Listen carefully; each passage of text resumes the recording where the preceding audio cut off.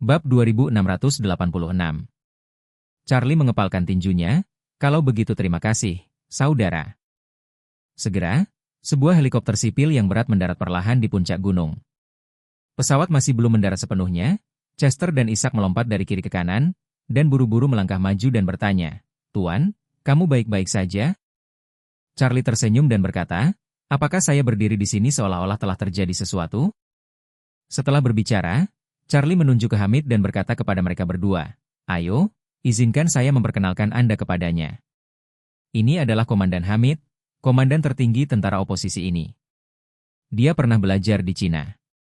Bahasa Mandarinnya sangat bagus." Mereka berdua menciut, dan buru-buru berkata serempak, "Halo, Komandan Hamid." Hamid menyapa mereka dengan sopan. Charlie melihat waktu dan berkata, "Saudaraku, ini sudah larut, aku harus terbang kembali ke Cina, jadi aku tidak akan melibatkanmu lagi. Mari kita bicarakan itu lain kali." Hamid mengangguk, mengepalkan tinjunya, dan berkata, "Saudaraku, saya tidak ingin kurang berterima kasih. Mari tinggalkan informasi kontak satu sama lain. Saya akan memberikan nomor telepon satelit saya.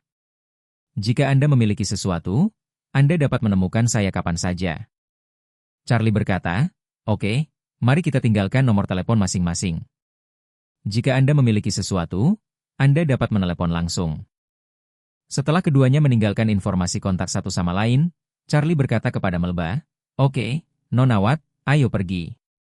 Melba lalu mengangkat kepalanya, mengangguk dengan ekspresi malu. Charlie mengucapkan selamat tinggal lagi pada Hamid, mengepalkan tinjunya, dan berkata, "Saudaraku, akan ada waktu nanti." Hamid juga berkata dengan sangat religius, "Akan ada satu insya Allah." Setelah itu, Charlie membawa Melba dengan helikopter yang diatur oleh Chester.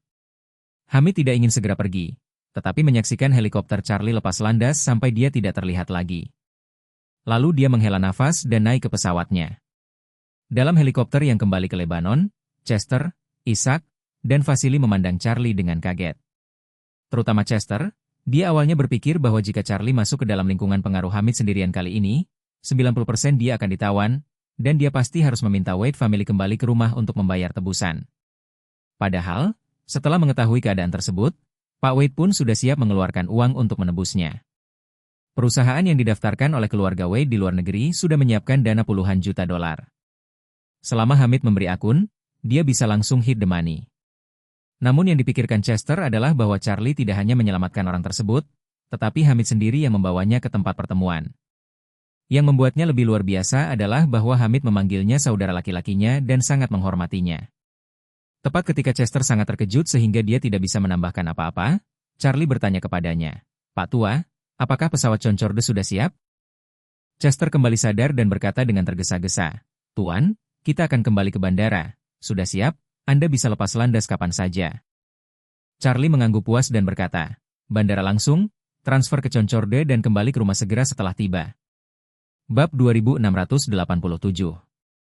Pesawat Concorde yang ramping lepas landas dari Bandara Internasional Ibu Kota Lebanon, Beirut.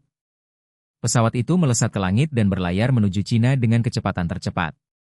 Di pesawat, Melba duduk di jendela, menatap keluar jendela dengan bingung. Hingga saat ini, dia masih merasa pengalaman 1 jam terakhir ini seperti mimpi. Namun, dia diam-diam menatap Charlie, yang duduk tidak jauh dengan mata terpejam dan istirahat, dan dia bisa dengan jelas merasakan bahwa semua ini bukanlah mimpi, tapi keberadaan nyata. Memikirkan Charlie akan datang ke Surya sendirian dan menyelamatkannya dari ambang kematian, Melba merasa sangat bersalah selain bersyukur. Dia merasa bahwa setelah bertahun-tahun membaca dan mempelajari ekonomi dan keuangan selama bertahun-tahun, dia naif dan bahkan tidak bisa melihat melalui sifat manusia. Pada awalnya, dia tidak malu dia meninggalkan teman-temannya. Tapi sekarang setelah dia memikirkannya dengan hati-hati, semua temannya benar-benar gelisah. Menurut pendapat mereka, dia lebih suka mati bersama mereka sendiri daripada memiliki kesempatan hidup. Meskipun mereka memiliki kesempatan untuk hidup, tetapi mereka disia-siakan dengan tidak bermoral. Akibatnya, mereka menyia-nyiakan kesempatan mereka dan mulai merasa sangat marah mengapa dia memiliki kesempatan untuk pergi. Orang semacam ini membuatnya sangat menghargai kejahatan kodrat manusia. Memikirkan hal ini, dia diam-diam berdiri dari kursinya, lalu mondar-mandir ke sisi Charlie dan duduk dengan lembut. Charlie, yang memejamkan mata dan beristirahat, merasakan seseorang duduk di sampingnya. Dia membuka matanya dan melihat bahwa itu adalah Melba. Dia tersenyum dan bertanya padanya, "Mengapa kamu tidak memanfaatkan waktu terbang beberapa jam ini dan beristirahat dengan baik?" Melba berkata dengan malu, "Aku sangat bingung dan tidak bisa tidur." Dengan itu, dia menatap Charlie dan berkata dengan malu, "Wade, saya sangat malu hari ini." Charlie tersenyum sedikit, "Apakah kamu melakukannya untuk teman-temanmu?" Melba mengangguk sedikit dan berkata dengan emosi, "Aku benar-benar tidak menyangka mereka semua adalah orang-orang seperti itu." "Kamu benar. Saya tidak cukup tahu tentang sifat manusia. Mungkin itu masyarakat. Banyak pengalaman yang masih kurang." Charlie tersenyum dan berkata, "Semakin kurang pengalaman sosial, semakin banyak bukti bahwa Anda telah terlindungi dengan baik sejak masa kanak-kanak. Banyak anak dalam beberapa tahun dan remaja memiliki banyak pengalaman sosial sejak dini. Ini membuktikan bahwa perlindungan yang diberikan oleh keluarga asalnya saja tidak cukup." Setelah berbicara, Charlie berkata lagi, "Lebih jauh, hal yang kamu alami ini memang sangat istimewa. Dalam keadaan normal, tidak mungkin orang normal mengalami penculikan oleh angkatan bersenjata negara lain. Ada 6 hingga 7 miliar orang di dunia. Populasi, diperkirakan tidak ada 6 atau 7 ribu orang dengan pengalaman seperti ini. Ketika bertobat, hanya 1 orang dari rata-rata 1 juta orang yang akan memiliki pengalaman seperti ini. Selamat. Setelah malam ini, Anda terpisah dari 99,99% orang yang tidak memiliki kesempatan untuk memiliki pengalaman praktis, segera meninggalkan sebagian besar dari mereka." Melba bahkan lebih malu dan tersipu dan berkata, "Jangan mengejekku. Saya tahu saya telah melakukan hal ini dari awal sampai akhir." Bab 2688. Charlie setuju dan berkata, "Jika Anda meminta saya untuk membuat komentar pragmatis, hal Anda benar-benar bodoh. Bagaimanapun, itu benar dan tidak salah, tetapi Anda berada di posisi yang salah. Jika Anda benar-benar ingin mencegah perang dunia, Anda tidak boleh menyebarkan anti perang di Suriah, tetapi di pintu Gedung Putih di Washington, karena tanah air Anda bertanggung jawab atas setidaknya 50% perang dalam masyarakat modern di seluruh dunia." Melba mengangguk ringan, lalu buru-buru berkata, "Tuan Wade, sebenarnya, saya ingin mengatakan, saya bukan tipe pria pisang." Charlie bertanya dengan rasa ingin tahu, "Apa itu manusia pisang?" Melba buru-buru berkata, "Orang pisang mengacu pada orang Tionghoa yang lahir dan besar di Amerika Serikat. Mereka memiliki tubuh dan gen ras kuning, tetapi memiliki pemikiran dan pandangan orang Barat." Charlie bertanya dengan penuh minat, "Apa kau tidak berpikir seperti orang Barat?" Melba menggelengkan kepalanya dan berkata, "Meskipun saya lahir dan besar di Amerika Serikat, dan saya juga seorang warga negara Amerika, orang tua saya mengajari saya sejak saya masih kecil bahwa saya berasal dari Tiongkok. Biar saya ingat bahwa kemanapun saya pergi, itu adalah Cina. Kredo manusia." Charlie mengangguk ringan, dan kemudian bertanya, "Tapi aku mendengar ayahmu berkata bahwa kamu sepertinya tidak ingin kembali ke Cina?" Melba menjelaskan, "Alasan utamanya adalah saya memiliki beberapa masalah komunikasi dengannya. Faktanya, masalah ini selalu terjadi antara ayah dan anak perempuan. Ketika saya masih muda, dia sibuk menghasilkan uang dan terbang ke seluruh dunia. Terbang menjauh, jarang merawatku, dan jarang mengizinkanku mengalami cinta kebapakan, sehingga hubungan kami berdua relatif kaku. Setelah ibu saya meninggal, hubungan menjadi lebih kaku, dan saya tidak ingin kembali ke Cina. Pendapat ini hanyalah alasan untuk menolaknya." Saat dia berkata, Melba menghela nafas, dan melanjutkan, "Sebenarnya, aku telah memikirkannya sendiri. Bahkan jika saya tidak ingin meredakan hubungan dengannya sekarang, ketika dia benar-benar tua, saya masih akan menemukan langkah untuk merawatnya. Aku selalu mengira dia baru berusia 50-an, dan dia belum mencapai waktu ketika dia harus bersantai." Charlie mengangguk mengerti dan berkata, "Jika menurutmu sangat sulit bagi kalian berdua untuk bersantai, sebenarnya itu tidak perlu. Anda harus pergi ke Auro's Hill sekarang. Harapan terbesar ayahmu adalah kamu aman. Anda masih menginginkan ruang pribadi. Untuk saat ini, saya yakin dia juga bisa memahaminya."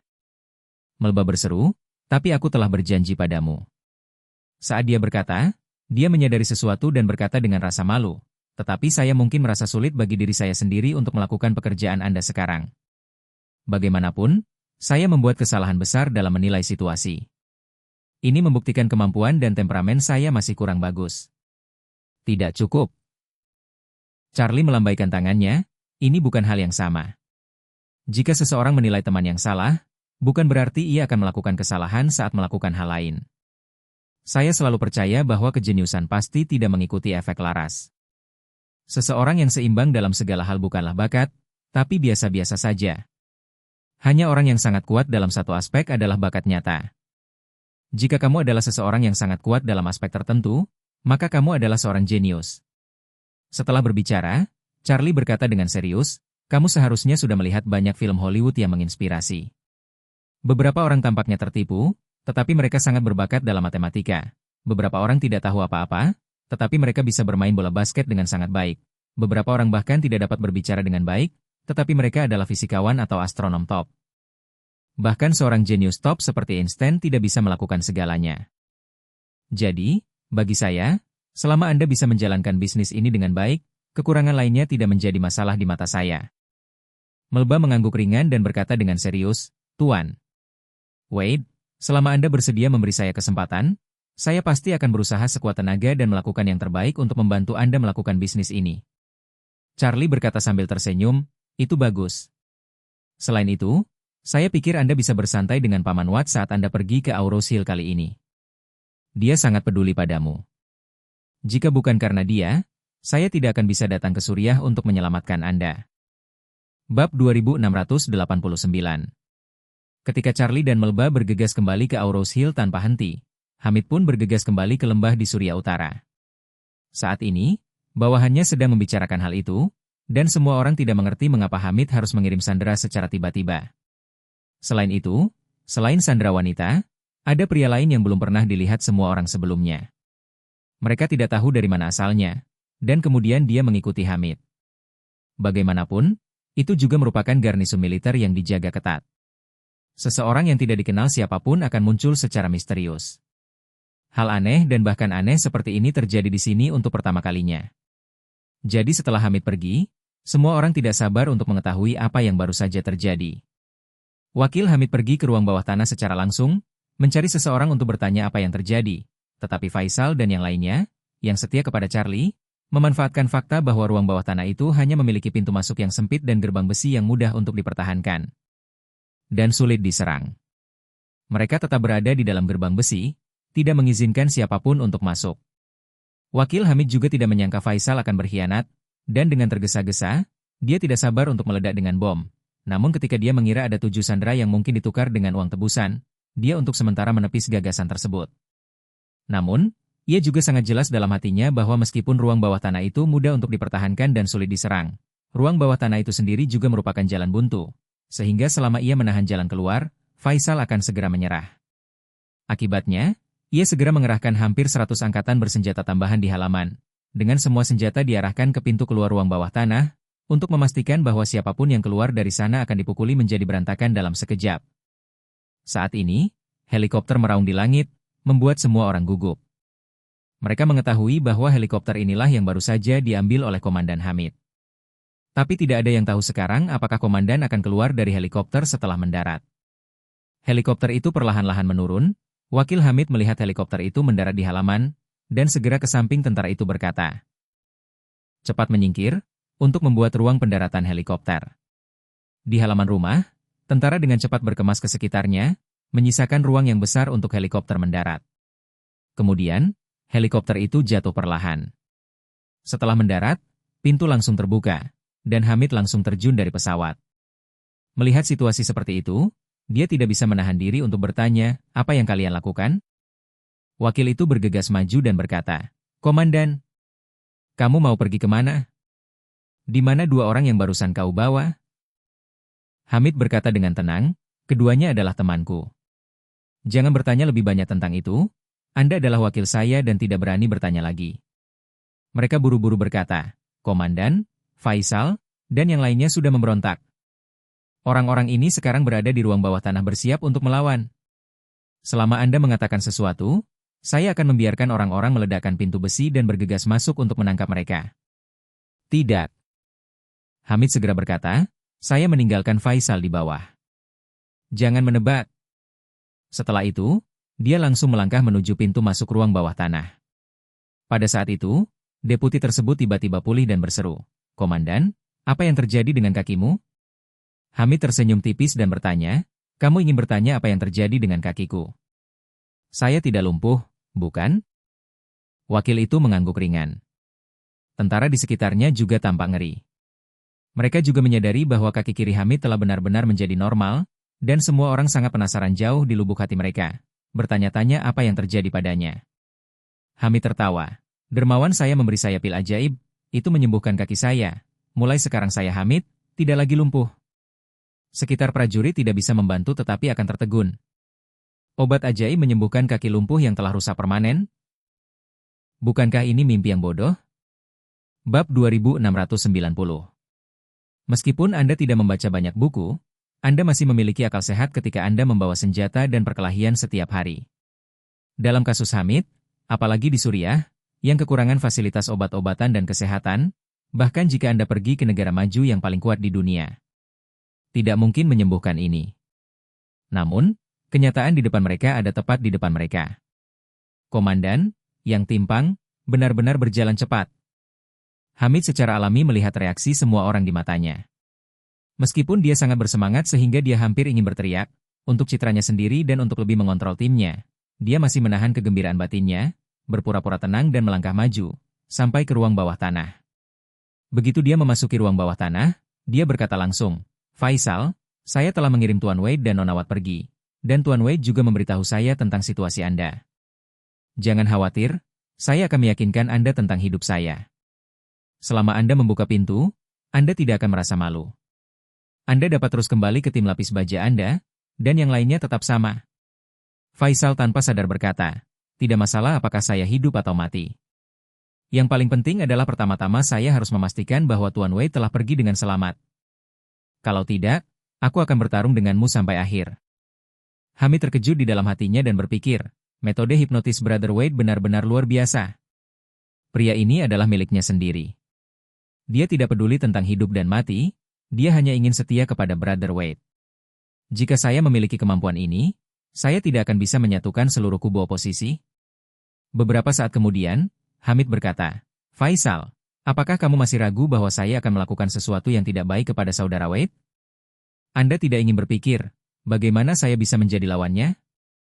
Terlebih lagi, mengapa saya harus melawan dia? Tahukah Anda bahwa Brother Wade adalah dermawan saya dan dia menyembuhkan kaki saya?" Faisal bertanya, "Kamu bilang Tuan Wade menyembuhkan kakimu?" Hamid segera berkata, "Bisakah saya berbohong kepada Anda? Jika Anda tidak percaya, buka pintunya dan lihatlah. Jangan khawatir, saya satu-satunya di koridor." Beberapa saat kemudian, pintu besi membuka sebuah celah, dan Faisal melihat melalui celah tersebut dan menemukan bahwa memang hanya ada Hamid di seluruh koridor, dan dia dengan tangan kosong dan tidak membawa senjata apapun. Jadi Faisal menghela nafas lega dan bertanya, "Apa yang baru saja kamu katakan itu benar?" Hamid mengangkat tangannya dan berjalan perlahan sambil berkata, "Lihat dirimu sendiri, kakiku tidak apa-apa." Faisal terkejut, dan karena petunjuk psikologis di dalam hatinya, rasa hormatnya pada Charlie meledak, mendesah, "Di dunia ini, aku takut hanya Tuan Wade yang dapat memiliki kemampuan ini." Hamid mengangguk dan bertanya, "Jadi, kamu percaya padaku?" Faisal berkata, "Saya percaya." Setelah berbicara, dia langsung membuka pintu dan berkata, "Komandan Hamid, saya harap Anda bisa menepati janji Anda." Hamid dengan sungguh-sungguh berkata, "Jangan khawatir, saya akan melakukan apa yang saya katakan."